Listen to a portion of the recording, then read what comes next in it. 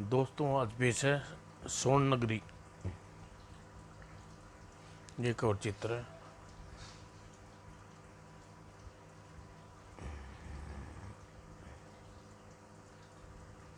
बहुत पुराने समय की बात है। एक गांव में कुंदन नाम का एक गरीब व्यक्ति अपनी बूढ़ी माँ के साथ रहता था।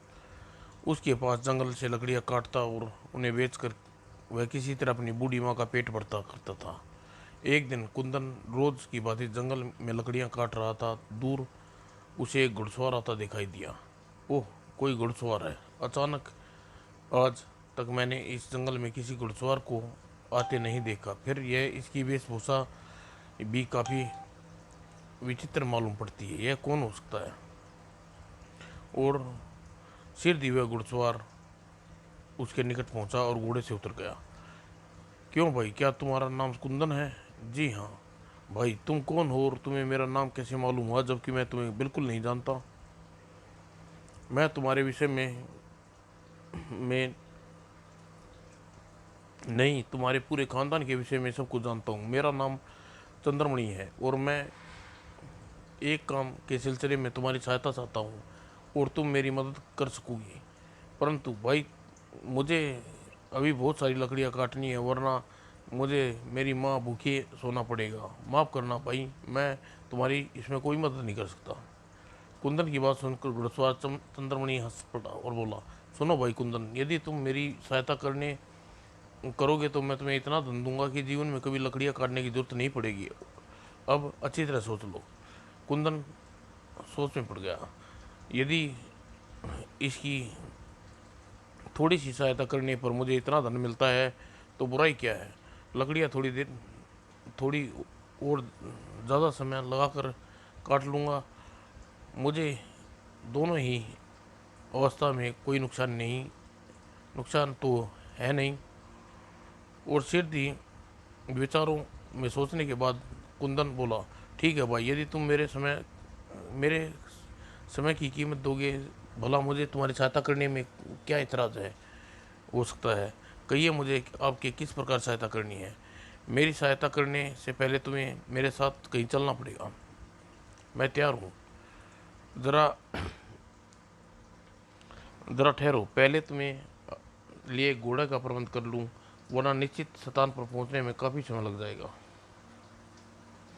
और चंद्रमणि के निकट खड़े पत्थर को उठाया और उसे हाथ में लेकर न जाने क्या बड़बड़ाने लगा। ओम गड़गुम बम चुम बुम बुगू। और पता नहीं क्या कर रहा है यह। और और फिर सिर दी उसने पत्थर को जमीन पर दे मारा। पत्थर से तेज टकराने से भयंकर भयंकर गड़गड़ाहट हुई। धरती कांपने लगी। आसपास के पेड़ जोर से हिलने लगे। और उफ, यह अचानक क्या हुआ।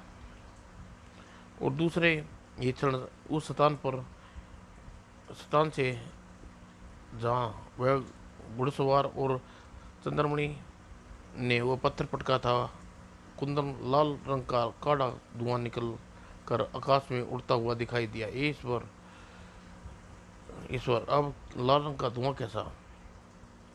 और अगले ही पल, ओह सुंदर और स्वस्थ घोड़ा। कुंदन, इस घोड़े पर बैठ जाओ और मेरे पीछे चलो। अच्छा, बहुत अच्छा। और कुंदन कुछ सोचकर उस सफेद घोड़े पर सवार हो चुपचाप अजनबी घुड़सवार की चंद्रमणि के पीछे पीछे चल पड़ता है। लेकिन यह जादूगर, यह मांत्रिक अथवा जादूगर है। लेकिन आश्चर्य है कि इतना चमत्कारी शक्ति के रहते भी से मेरी सहायता की आवश्यकता पड़ रही है। कौन ऐसा कौन सा कार्य है जो यह स्वयं नहीं कर सकता, मुझे करवाना चाहता है। खैर, अब मुझे यह रहस्य जानना ही पड़ेगा। और काफ़ी देर लगातार सफ़र करने के पश्चात जंगल को पार करने के एक ऊंचे ऊंचे पहाड़ के सामने आ पहुंचे। पहाड़ पहाड़ इतना लंबा चौड़ा, दूर तक दूर तक आगे तक नामो कोई मार्ग बढ़ने का कोई मार्ग नहीं था। भाई, आखिर तुम मुझे कहाँ लिए जा रहे हो? यहाँ तो बिना किसी पहाड़ को पार किए आगे बढ़ने का कोई मार्ग नहीं है। अब ऊंचे पहाड़ के चक्कर ऊंचे पहाड़ के चढ़कर दूसरी तरफ पहुंचना कम से कम इंसान की बस की बात नहीं है। तुम चिंता मत करो, देखते जाओ। हमारे घोड़े घोड़े अभी इस पहाड़ को पार कर हमें सिर्फ ही अपनी मंजिल तक पहुंचा देंगे। और चंद्रमणि ने कोई मंत्र पढ़ा और तुरंत ही घोड़े हवा में उड़ने लगे और पलक झपकते ही पहाड़ को पार कर दिया। अद्भुत। पहाड़ को पार करने के पश्चात छोटी सी घाटियाँ शुरू हुई। कुंदन नीचे सभी वस्तु बहुत छोटी नजर आ रही थी। उसने महसूस किया कि पीछे उसका घोड़ा धीरे धीरे नीचे उतर रहा है। अरे, मेरा घोड़ा नीचे उतर रहा है। हाँ, हमारी मंजिल आ गई है, हमें नीचे ही एक घाटी में उतरना है। और फिर थोड़ी देर बाद दोनों एक घाटी के बीच स्थित एक नदी के किनारे उतरे।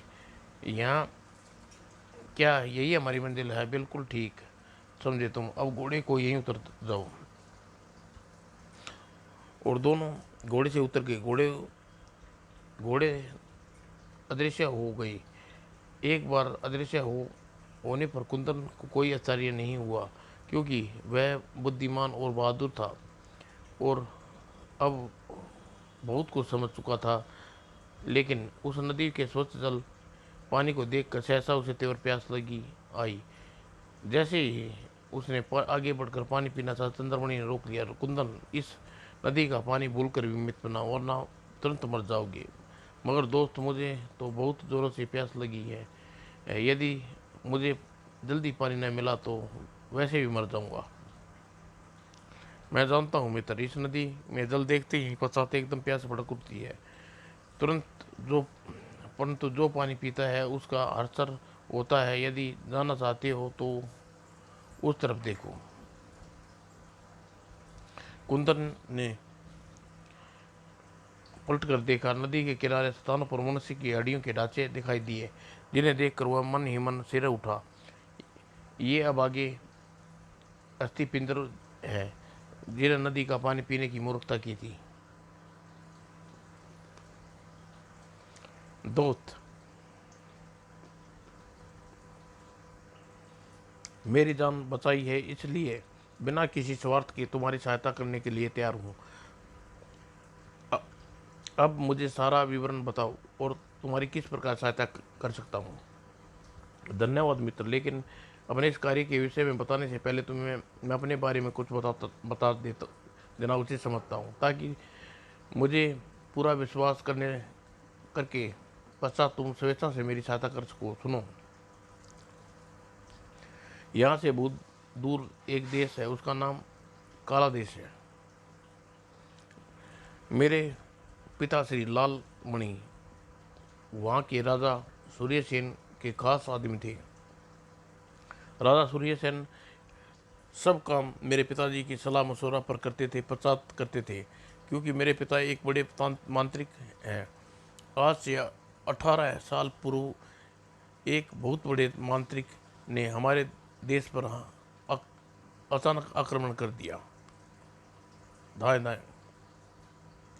मेरे पिता उस मांत्रिक का सामना न कर सके, क्योंकि वह मांत्रिक मेरे पिता से ज़्यादा शक्ति रखता था। जब मेरी शक्तियाँ उसके सामने कमज़ोर साबित हो रही हैं, यह युद्ध जीत पाना संभव नहीं है। कुछ दिनों बाद घमासान युद्ध के पश्चात चंद्रसेन को वास्तव में हार का सामना करना पड़ा। पकड़ लो इसे। ओह, महाराज को उन्होंने घेर लिया है, लेकिन अब उनकी मदद कर पाना मेरे लिए असंभव है।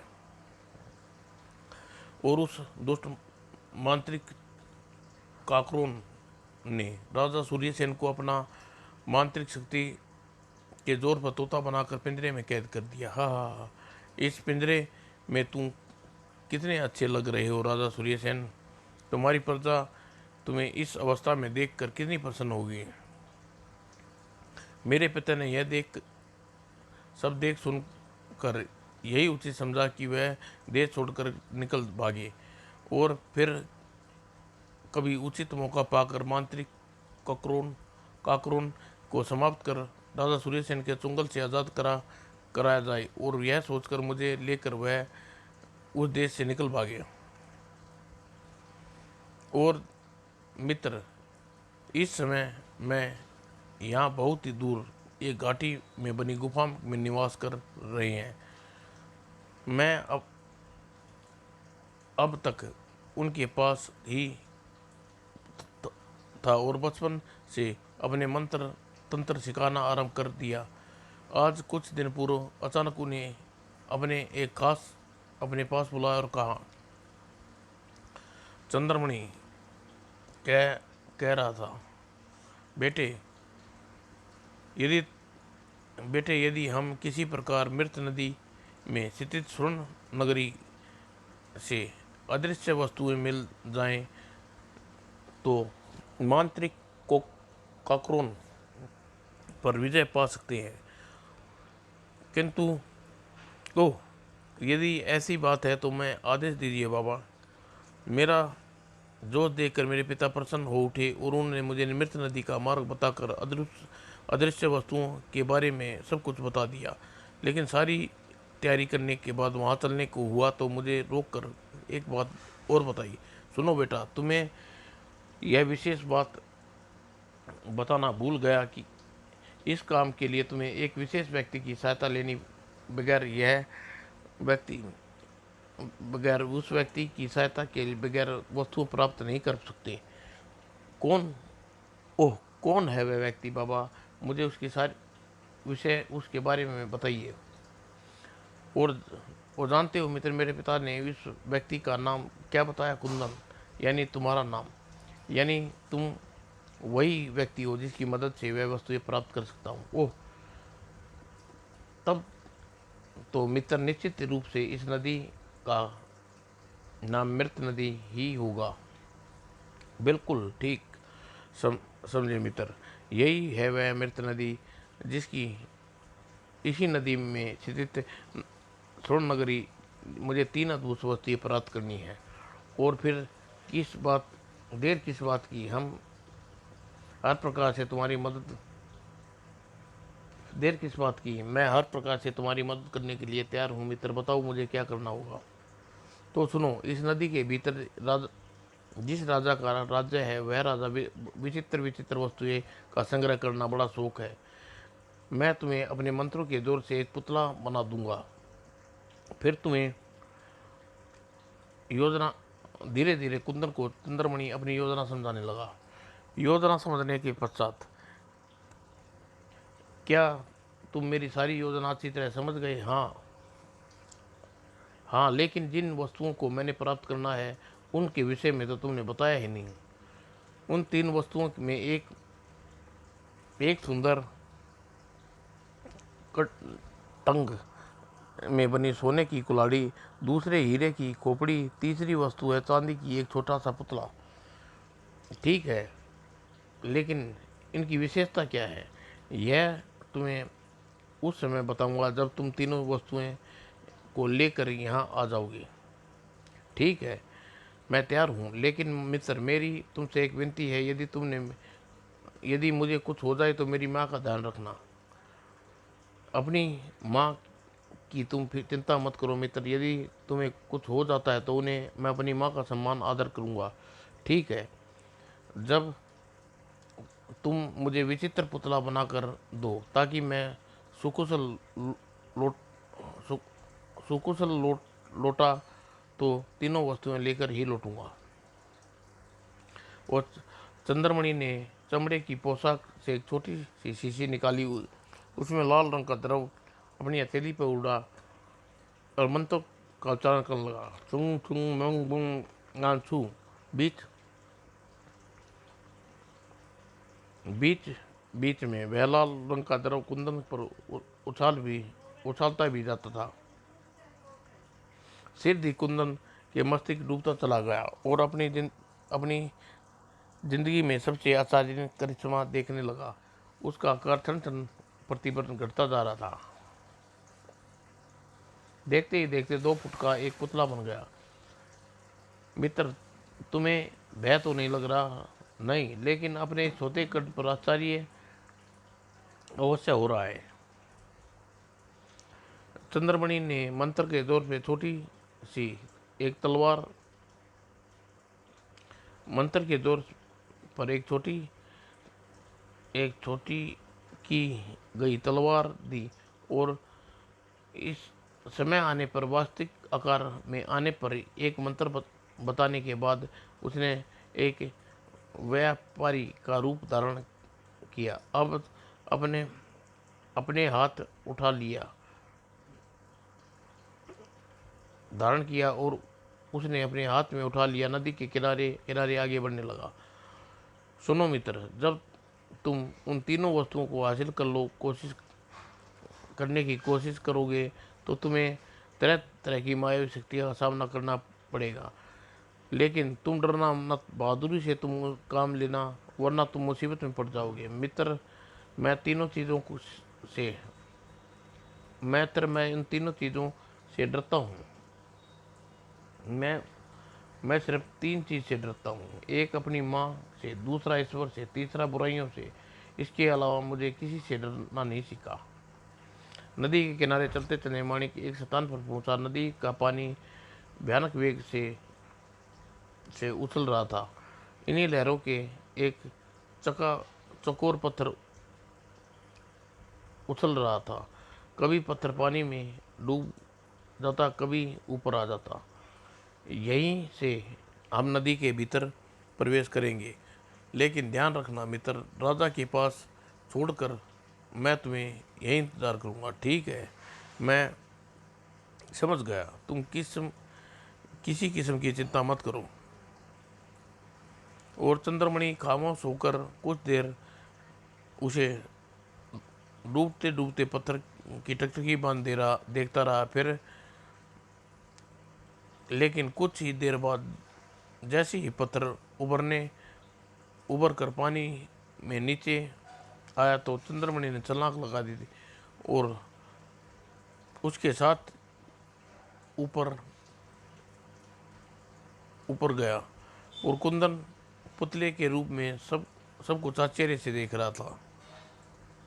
चंद्रमणि ने जब दोनों चंद्रमणि जैसे जैसे ही अपने दोनों पैर उस पत्थर पर रखे, पत्थर एकदम से नीचे बैठने लगा। लेकिन आश्चर्य की बात है, नदी का पानी बिल्कुल भी उस पत्थर के ऊपर नहीं आ रहा था। यानी वह चकोर पत्थर दूर से दूर था। पत्थर पानी से दूर धकेलता हुआ इस प्रकार नीचे धंस रहा था, जैसे मानो कोई सहारा देकर धीरे धीरे नीचे उतार रहा हो। और नदी काफी नीचे पहुंचकर कुंदन एक छोटे बड़े जल जीव जंतु इधर उधर तैर रहे दिखाई देने लगे। उसकी ओर झपटे भी थे, लेकिन वाह कितना अद्भुत है यह सब कुछ।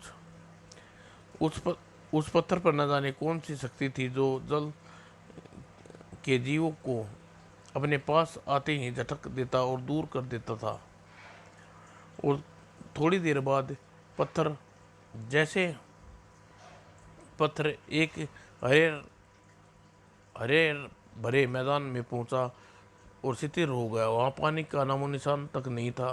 चंद्रमणि तुरंत पत्थर को नीचे उतर गया और उतरते ही पत्थर पुनः ऊपर पानी के ऊपर उड़ने लगा और सतह का पानी अपनी जगह आकर नजरे से ओझल हो गया। कैसा लग रहा है कुंदन? मैं मेरे लिए यह सब कुछ किसी तिलस्मी सपने जैसा है। हाँ हाँ हाँ, ऐसे बहुत से अजूबे अभी तुम और आगे देखने को मिलेंगे। अभी वे आपस में बात कर ही रहे थे कि वहाँ पर बहुत सशस्त्र सीमा रक्षकों ने चारों ओर से घेर लिया। क्या नाम है तुम्हारा और हमारे देश में क्यों आए हो? क्या तुम्हें पता नहीं यहाँ जन्मियों की मौत के घाट उतार दिया जाता है? मेरा नाम चंद्रमणि है और मैं काले काले देश का व्यापारी हूँ। यहाँ व्यापार के सिलसिले में आया हूँ। आपके महाराज, मेरे पास एक खूबसूरत तोहफा है। ओह! उन सैनिक अधिकारी तुरंत चंद्रमणि की बात से संतुष्ट हो गए। सैनिकों, हथियार झुका लो और आप मेरे साथ महाराज के पास चले। ठीक है जी, चलो। और सैनिक अधिकारी चंद्रमणि को लेकर स्वर्णनगरी की ओर चल पड़ा। उस देश का नाम स्वर्णनगरी ही था। जल्दी ही वह स्वर्णनगरी के विशाल द्वार के सामने जा पहुंचा। सैनिकों, द्वार खोलो। और फिर सैनिकों ने, अधिकारी ने चंद्रमणि के साथ साथ स्वर्णनगरी की भीतर दाखिल हो गया। वाह, कितना अद्भुत सुंदर नगर है, पूर्णतः सोने का बना हुआ। और जल्द ही सैनिक अधिकारी चंद्रमणि को लेकर राज राजमहल के सामने पहुंचे।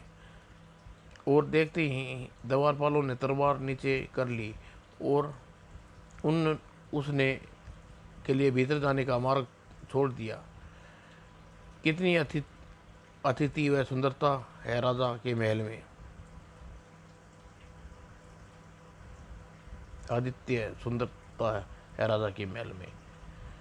और कुछ देर बाद ही राजमहल के भीतर राजा ने दरबार में चंद्रमणि ने राजा के सिर झुकाकर प्रणाम किया और पुतले रूपी कुंदन को उसकी ओर बढ़ाते हुए आदर स्वर में बोला, महाराज, न जाने किन किन विपत्तियों को झेल कर और न जाने कितनी भयानक यात्राएं कर कर आपकी खिदमत में यह पुतला पेश करने का सफल हो सका हूँ। राजा ने कुछ न समझते हुए पुतले को हाथ में ले लिया। अत्तारी से उलट पलट कर देखने लगे। कुंदन पुतले के रूप में शांत खड़ा था। यह तो साधारण सा पुतला लगता है व्यापारी, भला इसमें क्या विशेषता है? महाराज, यह पुतले को विशेषता यह है कि इसके सामने आप कुछ भी करेंगे तो वह 100% नकल उतारेगा। विश्वास न हो तो आप परीक्षा ले सकते हैं। और राजा तुरंत सैनिक को नाचने का आदेश के लिए कहा। सैनिक जिस ढंग से नाचता, कुंदन भी उसी ढंग से नाचने लगा। वह निसंदेह मेरे योग्य उपहार है। इसके बाद राजा ने विभिन्न तरीकों से पुतले की कुंदन की परीक्षा ली और फिर उसने उसमें गुण पाया तो बड़ा प्रसन्न हुआ। ए व्यापारी, हम वास्तव में तुम्हारा यह उपहार बेहद पसंद आया। हमारे पास बहुत सी अद्भुत वस्तुएं हैं, लेकिन ऐसा विचित्र और आश्चर्य जनक पुतला आज तक हम तुम्हें अति प्रसन्न हैं। हम तुम्हें इस पुतले का न केवल उचित पुरस्कार ही देंगे, बल्कि तुम्हें अपने देश में किसी भी तरह का व्यापार करने की इजाज़त भी देते हैं। धन्यवाद महाराज। उसके बाद राजा चंद्रमणि से खुशी खुशी बहुत सारा धन दिया। यह सब हमारी ओर से तुम्हारे उपहार का इनाम। और अब तुम चाहो तो हमारे देश में आकर व्यापार कर सकते हो। जो आज्ञा महाराज। मैं इस बार अपने साथ व्यापार करने के लिए कोई वस्तु नहीं लाया, लेकिन अगली बार अवश्य लेकर आऊँगा।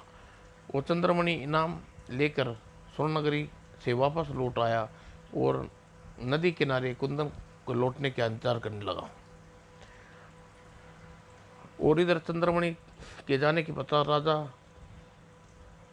कुंदन को लेकर एक कमरे में पहुंचा जिसकी दीवार पर नरमुंड टंगा हुआ था। राजा ने नरमुंड के मुख में 3 बार होले से चपत लगाई।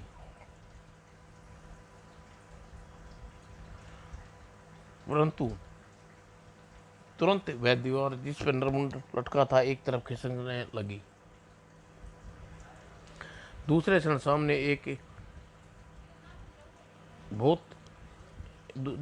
सामने एक और कमरा दिखाई देने लगा। उस कमरे में प्रवेश कर राजा बीचों बीच खड़ी एक खोपड़ी की मूर्ति के सिर को पकड़ा और घुमा दिया। अगले ही क्षण फरस राजा को लेकर नीचे खिसकने लगा। कुछ ही पलों बाद राजा एक अन्य कमरे में छोड़कर एक स्थान पर चला गया। कमरा बिल्कुल खाली था, केवल एक छड़ी केवल दीवार पर लटक रही थी।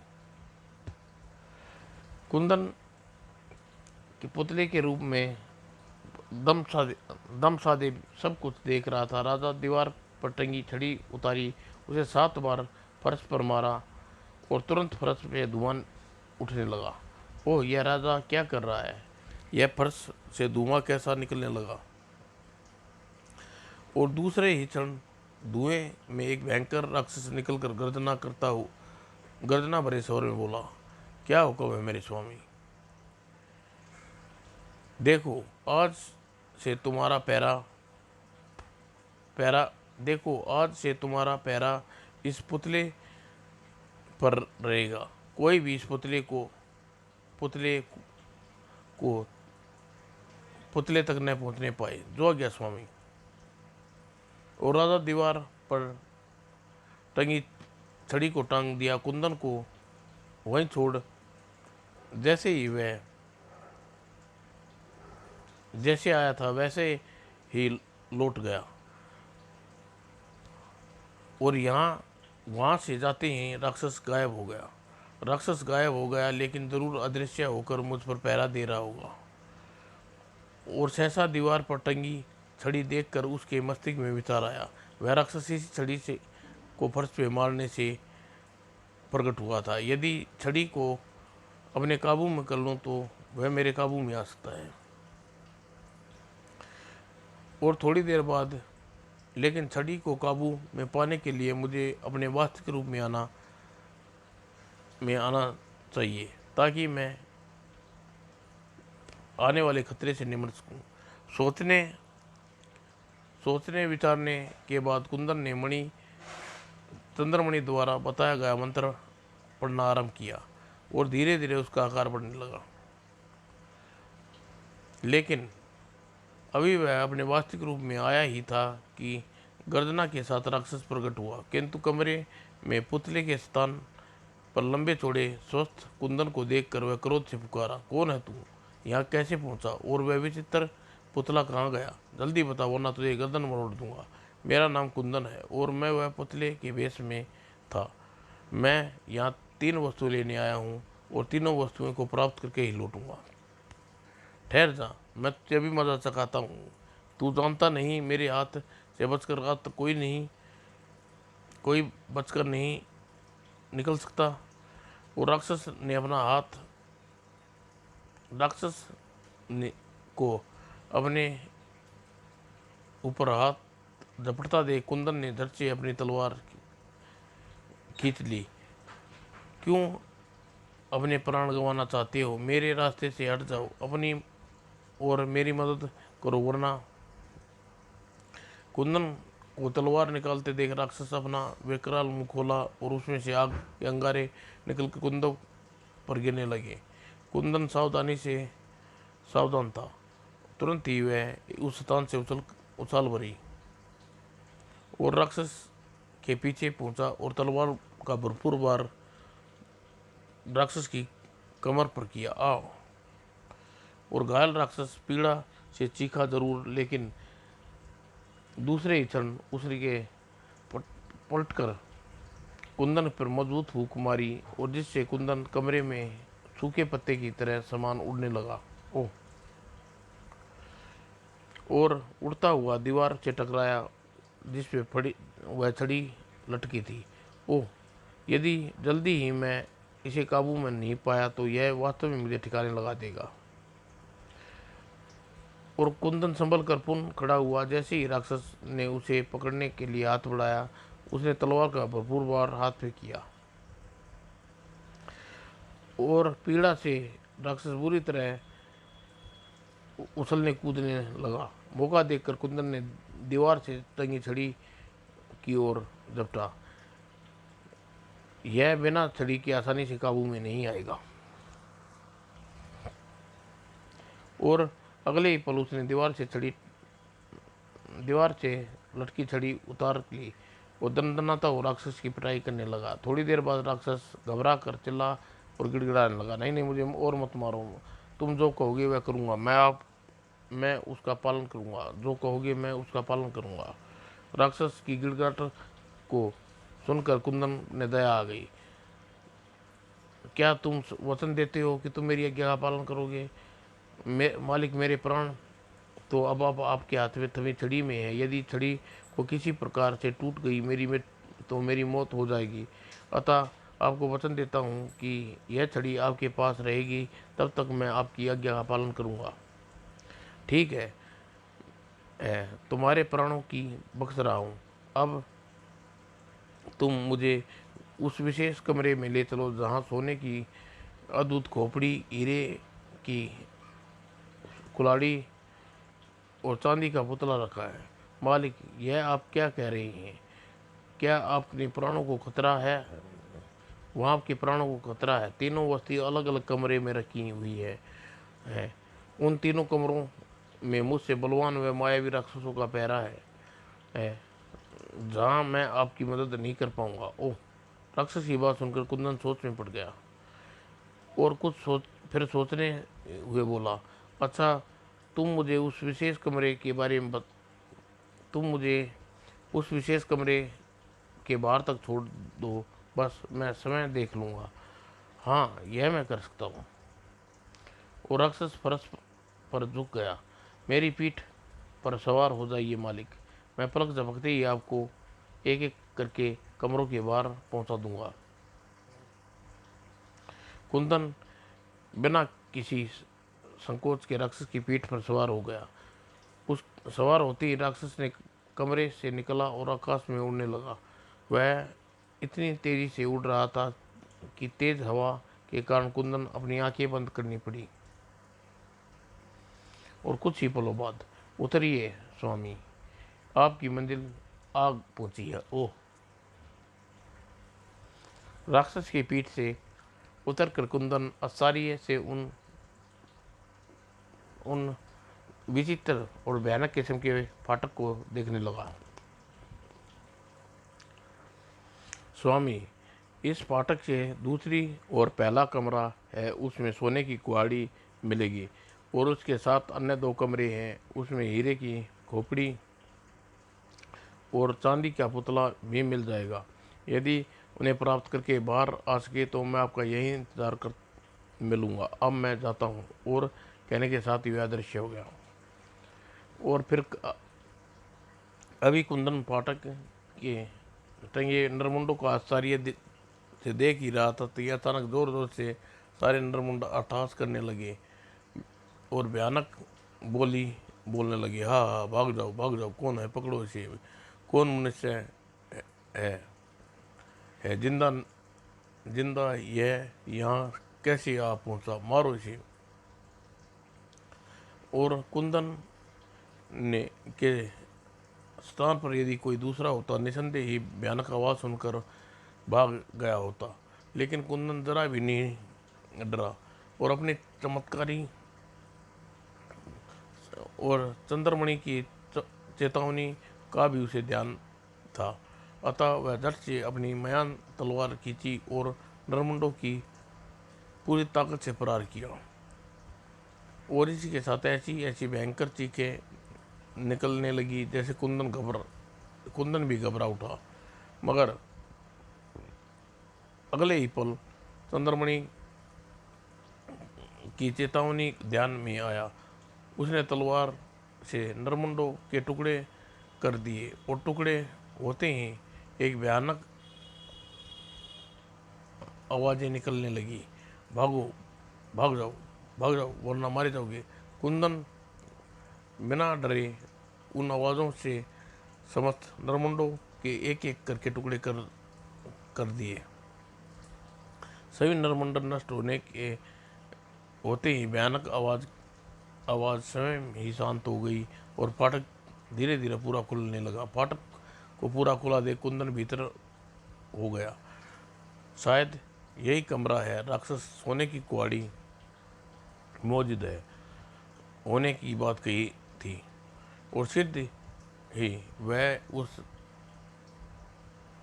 तिकोने कमरे में भीतर था।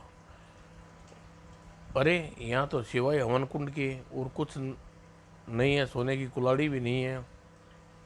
लेकिन तभी उसकी दृष्टि छत के ऊपर उठी। छत पर लटके रहे सोने की कुल्हाड़ी को देखते ही वह प्रशंसा से उछल पड़ा, किंतु दूसरे क्षण चिंतित भी हो उठा। वह कुल्हाड़ी छत पे कुंडलियों से लिपटे विशालकाय अजगर के मुंह में दबी थी। ओह, यह सोने की कुल्हाड़ी लेकिन अजगर के मुंह में दबी हुई है। मुझे इसके मुंह से कैसे निकालूं? अचानक कुंदन ने छड़ी का ध्यान आया। उसने छड़ी को अजगर पर फेंक कर मारा। अजगर उस छड़ी से कुछ काम दे जाए, शायद छड़ी ही कुछ काम दे जाए। और परिणाम अनुकूल निकला। छड़ी टकराने से अजगर कुल्हाड़ी समेत नीचे गिर गया। ओह, मरा। और दूसरे क्षण अजगर कुल्हाड़ी समेत जल रही अग्नि कुंड में जा गिरा। अग्नि कुंड में गिरते ही अजगर जलकर भस्म हो गया और आग धीरे धीरे मादिर पड़ने लगी। और कुंदन सिर दी अग्निकुंड से कुल्हाड़ी निकालने के लिए आगे बढ़ा। तभी उसके स्थान पर एक भयानक विशाल राक्षस, जिसके हाथ में सोने की कुल्हाड़ी दबी थी। अरे दुष्ट, तू कौन है? यहाँ कैसे आया? जल्दी जवाब दे, वरना तुझे कुल्हाड़ी से तेरी गर्दन काट दूंगा। कुंदन झपट कर म्यान से तलवार खींच ली और बोला, मेरा नाम कुंदन है। मैं यहाँ 3 चीज़ें प्राप्त करने आया हूँ, जिनमें से एक तुम्हारे हाथ में थमी यह सोने की कुल्हाड़ी है। यदि तुम अपनी भलाई चाहते हो तो यह कुल्हाड़ी मुझे दे दो, वरना मेरी तलवार तुम्हारी गर्दन काट देगी। राक्षस उस पर झपटा और बहुत क्रोधित स्वर में बोला, ठहर जा दुष्ट, अभी मुझे मारने की धमकी देता है। और कुंदन ने तुरंत ही चंद्रमणि का नाम लेकर लंबी उछाल मरी और तलवार से उसकी गर्दन पर भरपूर वार किया। और कुल्हाड़ी राक्षस से हाथ छूटी और उसकी गर्दन धड़ से जुदा होकर फर्श पर लुढ़क गई। और फर्श पर लुढ़कते ही राक्षस की खोपड़ी सामने वाली दीवार से टकराई। कुंदन को तुरंत वहां एक विशाल दरवाजा नजर आया। ओह, यह एक और दरवाजा।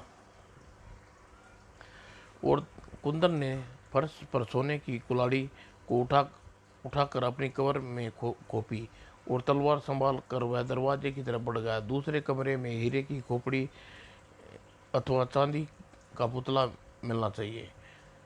लेकिन दूसरे कमरे में पहुंचते ही तेज प्रकाश उसकी आंखें चुन दिया गई। ओ, यह कैसा तीव्र प्रकाश! आंखें खोली नहीं जा रही। उसकी चीख तीव्र प्रकाश की एक खोपड़ी से निकल रही थी, जो हीरे की खोपड़ी थी। और तभी एक भयानक आहाटा सुनकर कुंदन ने आंखें खोली। हा हा हा, कौन है तू? भाग जा, वरना भी तुझे खा जाऊंगा। उफ, यह कैसा भयानक जानवर है? हीरे की खोपड़ी इसके हाथों में है। और तुरंत कुछ जवाब देने की बजाय कुंदन ने कुछ सोचकर बिजली